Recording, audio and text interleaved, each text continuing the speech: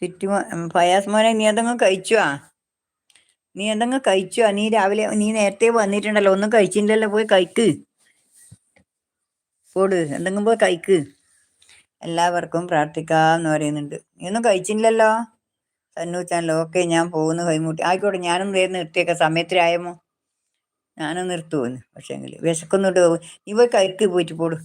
വിശക്കുന്നുണ്ടെങ്കിൽ വിശക്കുന്നില്ല, നീ പറഞ്ഞില്ലേ തലകറക്കവും ഇതെല്ലാം വരും. നീ പോയിട്ട് വിശക്ക്. പിന്നെ പോരാതെ വയറ് കാച്ചിൽ വന്നാൽ ഭയങ്കര വയറ്റിൽ പുണ്ണ് വരും. പിന്നെ വയറ് കാഞ്ഞ് കാഞ്ഞായാൽ വയ്യ, അത് അൾസർ പോലെ ആവുക ചെയ്യുക വയറ് കാഞ്ഞാൽ.